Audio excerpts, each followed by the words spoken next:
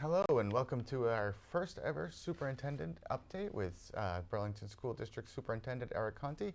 We're here to talk to him for about 10 minutes just to see what's going on with the school department. So Dr. Conti, welcome to our first superintendent's update. Thanks, Rich. I appreciate you coming on. It's an easy way to just talk directly to residents of Burlington.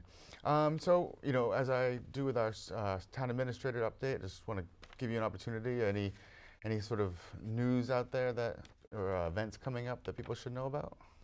Well, we're in the last week of school, so Yes. that's significant, and I'm closing out year 11 in Burlington. So this was every year is important, but this year was particularly meaningful to me. We're starting to add up. So the students I saw walk across the graduation stage when I first came were second graders. So I'm starting to get sort of that full generation of kids, and just to see them grow and develop and all they've accomplished, where they're headed after Burlington, all the hard work that teachers, principals, administrators, put into working with them, and just seeing how the families have really rallied. Again, it's just a real meaningful time for me, and so I think that was significant. And I think when the community can look at and reflect on, again, the opportunities that they are financially providing for students, I just think they should be really proud. Yes. I mean, we, here at the high school, so we work with a lot of the students. We have a middle school program, and they are a very talented and very accomplished bunch here in Burlington. So I know that, it is going to be summer vacation, but it's not vacation entirely for all of you in the administration. So what kind of things happen in the school district over the summer? Summer's actually a very busy time. We have lots of hiring to do. We have lots of professional development happening. This idea that teachers sort of take their summers off is kind of a myth. Everyone is really working hard and improving on their curriculum and really trying to develop themselves. We have a lot of cleaning and renovating and construction to do that we really can't do when the kids are here during the year. So we have about little under 1 million square feet of building and about 8 weeks to get them cleaned and painted and fixed and repaired and ready to go. So it's actually a very busy time. It's a different type of busy, so you don't have the intensity of students Right. Students here. But I think the buildings have a much different feel. I think they feel empty. So I love when the students come back in the fall too. They sort of bring a lot of energy with them, and I think they clearly identify for people the purpose of why we're here. So Yeah, it's definitely quieter around here during the summertime. it is. Parking's easier though. Yes, parking is yes, that is true. So one of the things that is always, I think, on parents' minds is school safety. And town meeting recently, in the last May session, approved a few measures to help kind of bolster school security here in Burlington. Can you talk about what the warrant article was and how it'll help sort of try to improve communications between the school and the police department? I can, and I think the warrant articles or the conversations that we have about certain facilities changes or the addition of radios or other communication devices are an important aspect of school security, but only one aspect of school security. I think the relationship with the police, just the really collaborative working relationship with the police is incredibly is almost a more important part to me than sort of the stuff we have at the end. Sure.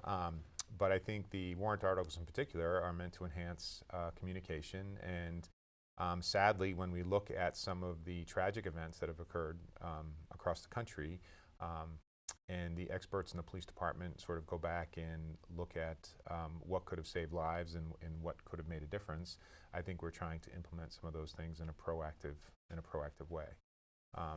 And I think it's not anything that I planned on focusing on when I was, coming into this work or this profession, but sadly, it's a reality of where we are.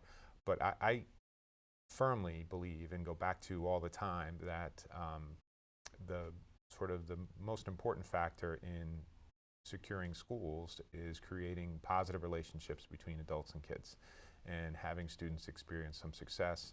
And I think Burlington does a great job in providing many opportunities for students to have that. So Again, I think of ahead of any secure vestibules, ahead of any communication systems, you have to have strong programming, strong curriculum, and you have to have talented teachers and principals, which we do.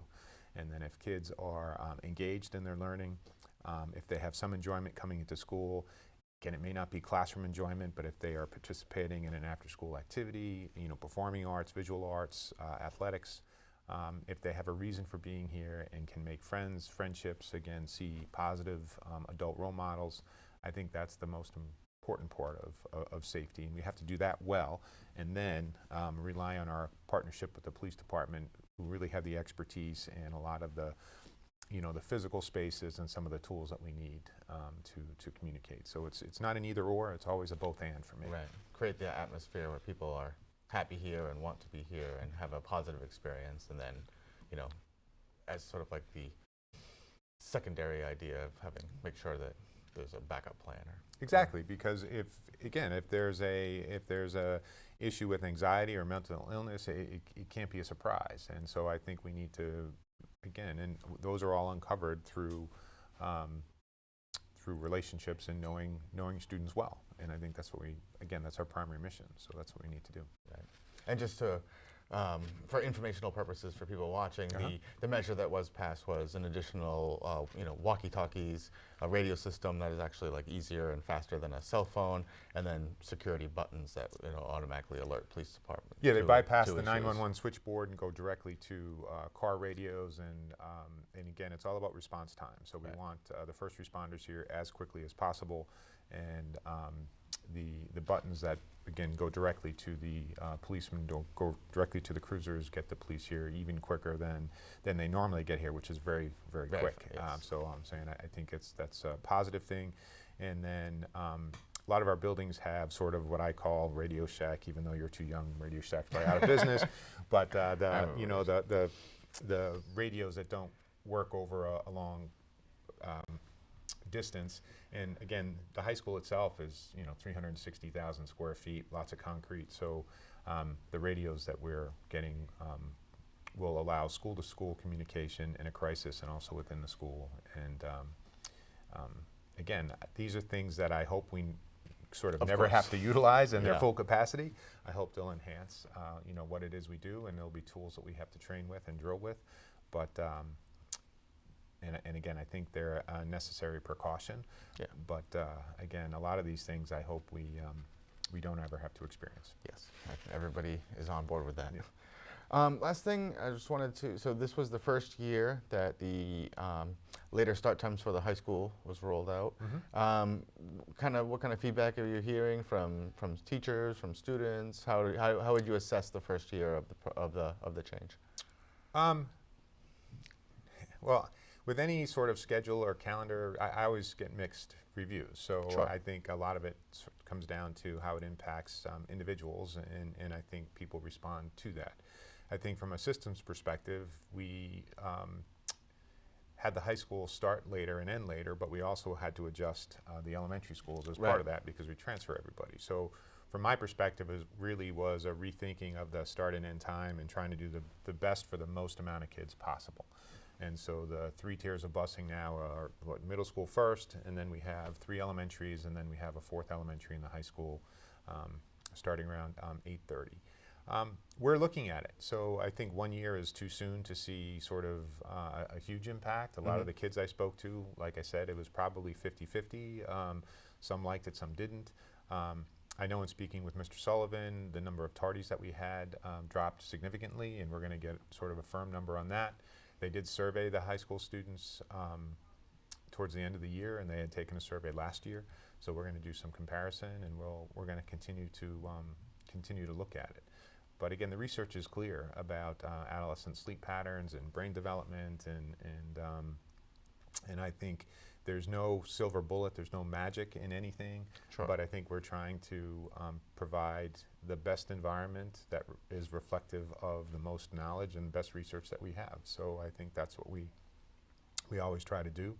And there was no real reason besides tradition for the start time that we had before, and I think people had had built their lives around it because it happened, over many, many years, and I understand that.